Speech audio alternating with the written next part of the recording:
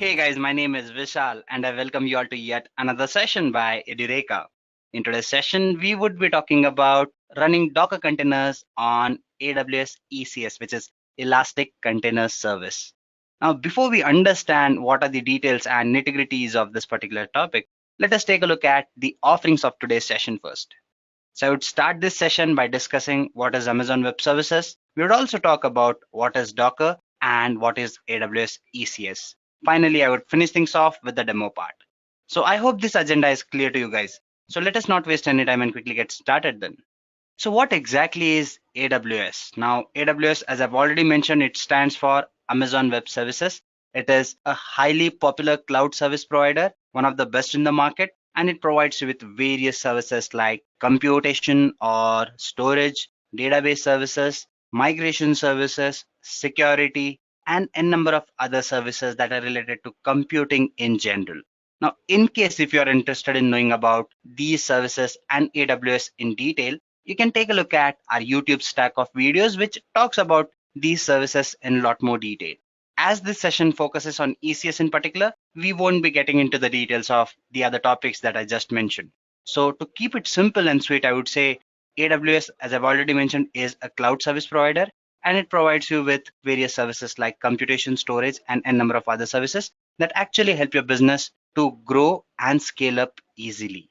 Now, why do you need to use AWS in particular? Well, when you talk about AWS or most of the cloud platforms that are there, what they do is they provide you services on renting basis. Now, what do I mean by that? It is just like using electricity. I mean, what we do is we actually consume electricity and then we pay for the units that we've consumed. We do not have to worry about factors like where does this electricity come from, who creates it for you, how it is created, and all those things. Even if you're curious, you might know about it, but if you do not, that does not impact your life in any particular way. All you're concerned about is consuming that electricity to probably maybe turn on your electric bulbs, maybe running your AC, running your television sets, and stuff like that. I mean, that is what you use electricity for. And what you do is you pay for the units that you consume. What if I could do similar things with the various services that are needed for proper computation or software development? Wouldn't that be nice? I mean, what if I had to not to worry about how should I actually go ahead and put up a server? How do I scale it up, down, or whatever it is? I mean, what if somebody else took care of all these things and at the end of the month they said that, okay, here is your complete stuff, just pay us for the services that you're using? Wouldn't that be nice? Well, AWS does exactly that for you.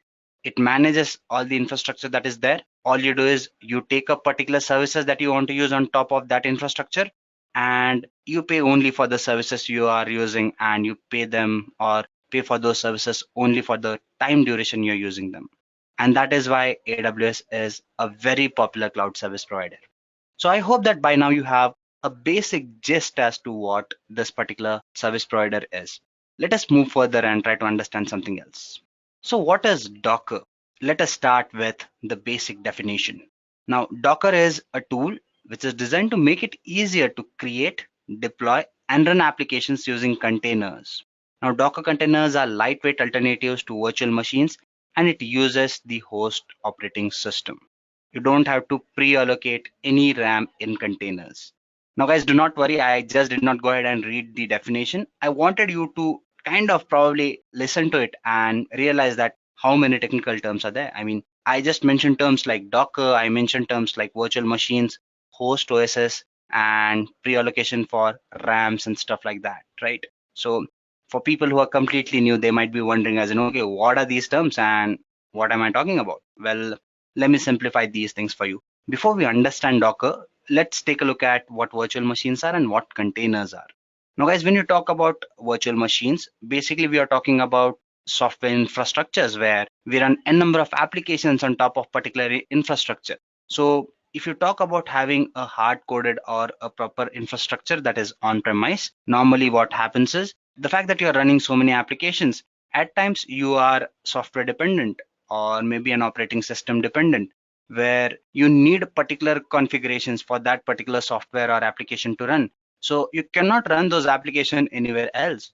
So that becomes a difficult task. To give you a very simple example, consider your laptop, right? I mean, if you have an application that works on Windows and does not work on Linux, so in that case, you would be bounded or forced to run that application on a particular operating system, right? Or you'd be forced to install a particular operating system on your basically your laptop or your system, whatever it is. So in case when you're talking about, or if you're looking at it from a business perspective, you might be required to use multiple operating systems. You might be required to use multiple applications that are there. And again, getting back to the laptop example, what I can also do here is I can probably have multiple operating systems in my laptop, right? I can have a Unix or a Linux operating system and also a Windows operating system. And probably I can run different applications if they require to run on different operating systems, right? So that serves that purpose as well. When you talk about virtualization, what it basically does is it lets you create a virtual environment on a single baseline hardware or a single baseline infrastructure on which you can actually go ahead and run different applications, different operating systems. And when you're switching between these different applications or operating systems, you would feel that you're actually moving from one machine to the other, but that is not happening. There is one single machine, and on top of that, you have different operating systems. So you're basically creating a virtual environment. What purpose does it serve? It actually simplifies your needs of running different environments on a single machine. So that is what virtualization is. Now, what are containers? Now, containers are simplified forms of virtual machines. Now, it won't be true in all aspects. I mean, if you just go out there and say that containers are simplified versions of virtualizations, there would be quite a few people who would disagree. The reason for that is the applications of virtual machines in certain cases are different from what containers are. And in certain cases, virtual machines might be more useful to you. Let's try to understand the difference between the two first so that we can probably relate to the stuff that I've just mentioned. Now, virtualization, basically what it does is it has a middle layer called as a hypervisor, and it runs on top of that hypervisor. So you'd be having your server, your guest or your host OS. On top of it, that you'd have your hypervisor, and on top of that, you'd be running everything. I mean, on that middle layer or middleware, you'd be running your guest OS, and on top of that, you'd be running all your applications. So still there is that middleware that is there in the between. So you would be dependent on that particular thing when you talk about virtual machines. What containers do is that they actually take away that dependency as well. What containers do is they actually go ahead and package your applications and all the other dependencies inside a container. And if you have a Docker agent running somewhere, or an agent basically that lets you run this container. Now, Docker is a containerization agent. We'll get back to that later. But if you have a particular agent installed on your PC or there on your infrastructure, you can actually run any kind of container that is there with you, and you do not have to worry about any dependencies. So it takes your virtualization approach to a next level.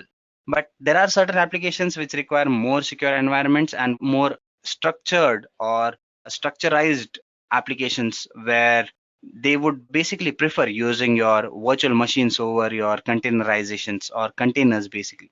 So the applications are completely different, but for quite a few applications, your containers serve much better and faster means. Why is that? Because the fact that you have this piece of container which runs on top of any container agent. So all you have to do is get all those things inside that container and make them run on any possible machine or your infrastructure basically. So that is what Docker is. I mean, it is a container agent that lets you create these containers and run these containers in which you can package all your applications and their dependencies and thus save a lot of time and thus create these virtual environments as well. So by now, I believe you've understood what Docker is, right? Now, why did I talk about AWS and why am I talking about Docker? Yes, we are here to discuss what Docker is, but the reason I discussed AWS was we would be talking about ECS, which is Elastic Container Service provided by AWS, which makes basically running your Docker images a lot more easier. So let us move further and talk about ECS a little more. As I always do, let us start with the definition first. Now, to keep the definition simple, now this is what the definition says. It is a highly scalable, fast container management service, which makes it easy to run, stop, and manage Docker containers on a cluster, which actually lets you host your cluster on a serverless infrastructure. So let us talk about these terms as I always do. Let us discuss them, decode them, and break them into smaller chunks and try to understand them a little more. It is a highly scalable, fast container management service. So basically, it lets you manage your containers. As I've already mentioned, when you talk about Docker, you're talking about containers. So this service basically lets you manage those containers, those Docker images, and lets you deal with them a lot better. And the fact that it is highly scalable and it is fast, it meets in the changing needs of the applications that are there. I mean, if you wish to scale up, scale down, have more RAM, have more space, and stuff like that, it lets you deal with those because AWS is highly adept in providing you with the needs, or actually providing you with the requirements that you actually have. So yep, it is highly scalable, it is very fast, and it lets you manage your containers. What it does is it makes it easier for you to run, manage, and stop your containers whenever you wish to.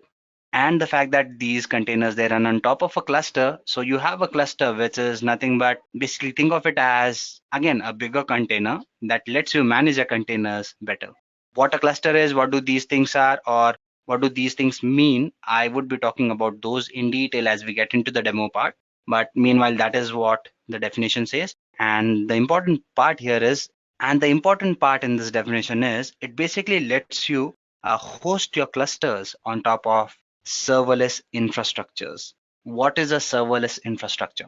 Basically, it is a place where you never get to know. That would be a wrong term to use, never get to know. I would say you are never required to worry about your servers. You're upscaling, downscaling, maintaining and monitoring your servers. Somebody else does it for you. So that is not your concern. And that is why we call these infrastructures as serverless infrastructures. Your AWS EC2 is a very common example for that. So guys, let us move further and try to understand some of the other terms, or let us just actually go ahead and move into the demo part. So probably we can understand these terminologies and the topics that I've been talking about in a better way. So guys, what I've done is I've actually gone ahead and I've switched into my AWS console, and this is how it looks like. This is what I tell in all my sessions.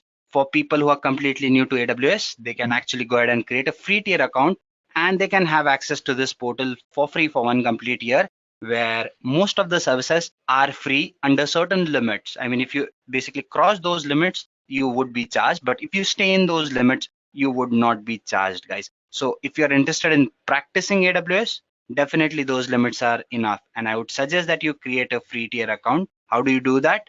Go to AWS Free Tier or search for AWS Free Tier on your browser, and then probably try to sign up or create an account. They would ask you to enter in details like why do you want to use this account, who are you, and some other details. And then they would ask you to give in your credit card or debit card details. Yes, these are mandatory, guys, because if you exceed those limits, you would be charged. But that happens very rarely that you would exceed those limits. Plus, you can have certain alarms set that tell you that, okay, you're crossing a particular limit. If you wish to know more about that, you can take a look at our video called as AWS CloudWatch, which talks about these things in a lot more detail.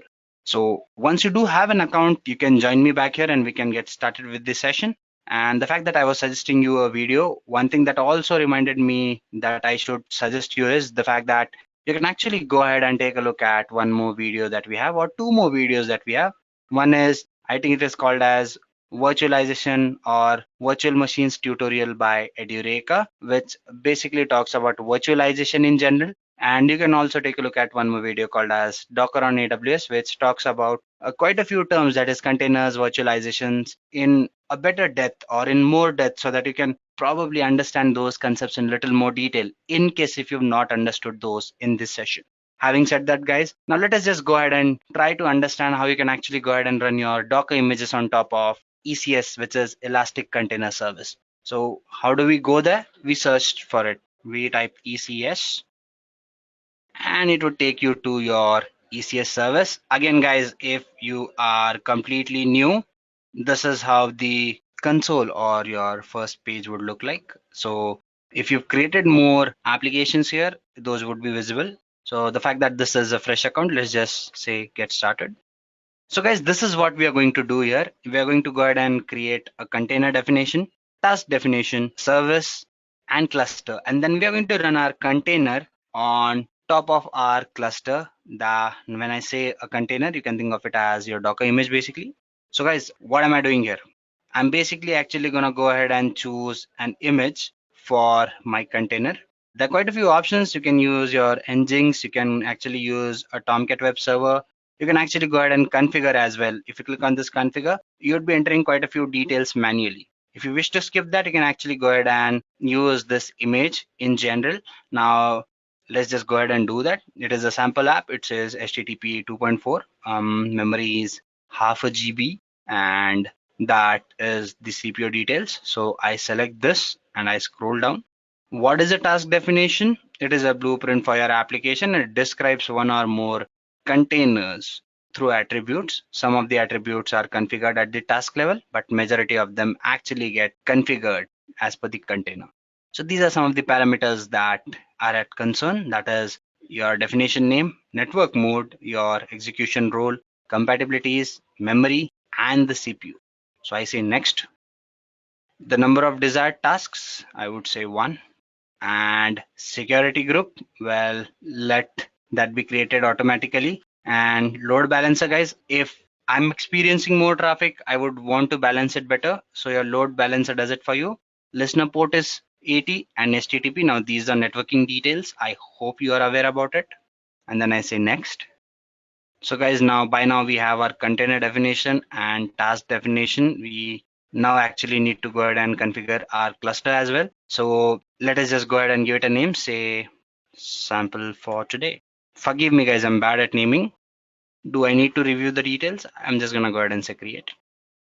So now guys, it would prepare somewhere around 10 services or 10 operations rather. So these are the operations that are happening here, and it might take a little longer than normal. So let us just hope that it happens quicker. If not, I'm gonna pause this video meanwhile, and once it gets up and running, I would get back to you.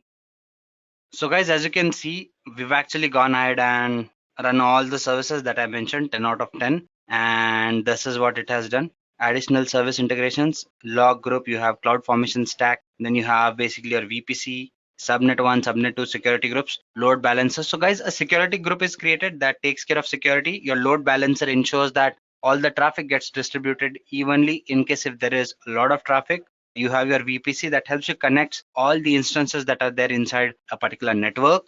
You have your cluster, you have a task definition, you have your service, and quite a few other things. So guys, let us just go ahead and view the service that we've launched.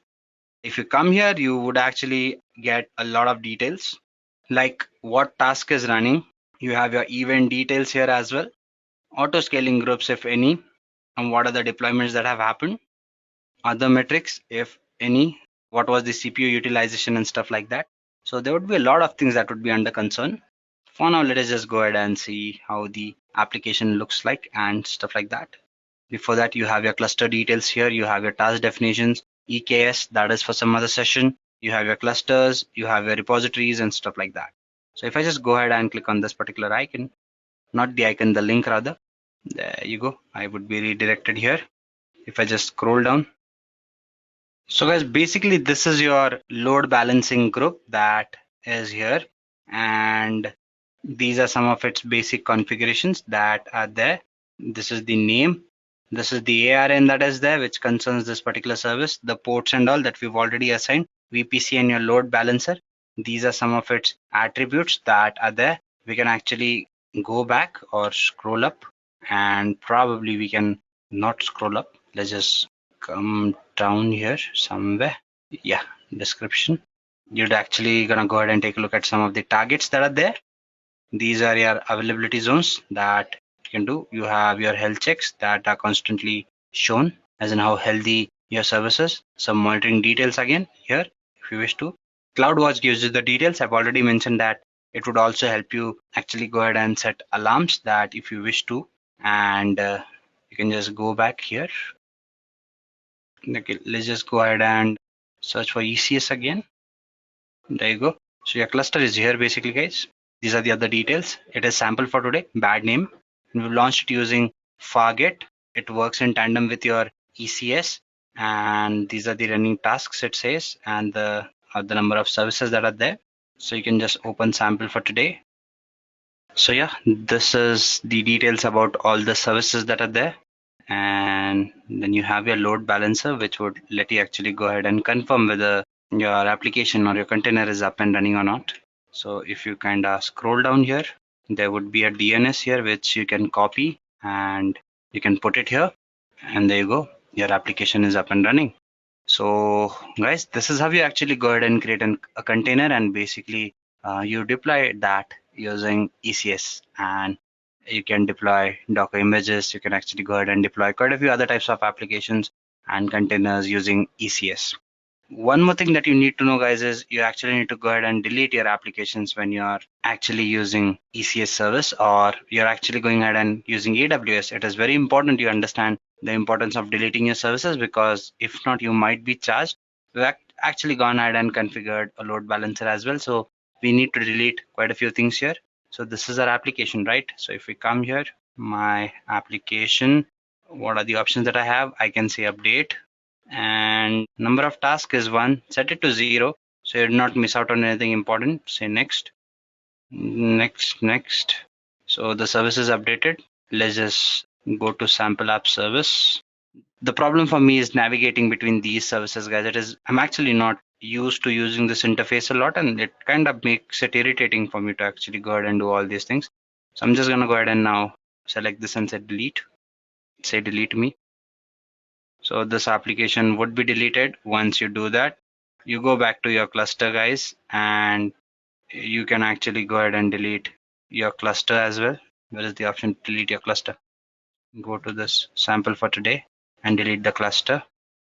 So deleting the cluster takes a longer time than quite a few other things. Once you've deleted this, guys, you can go to your services, go to EC2 probably, and in the left side panel, you'd be given an option as in something called as load balancers.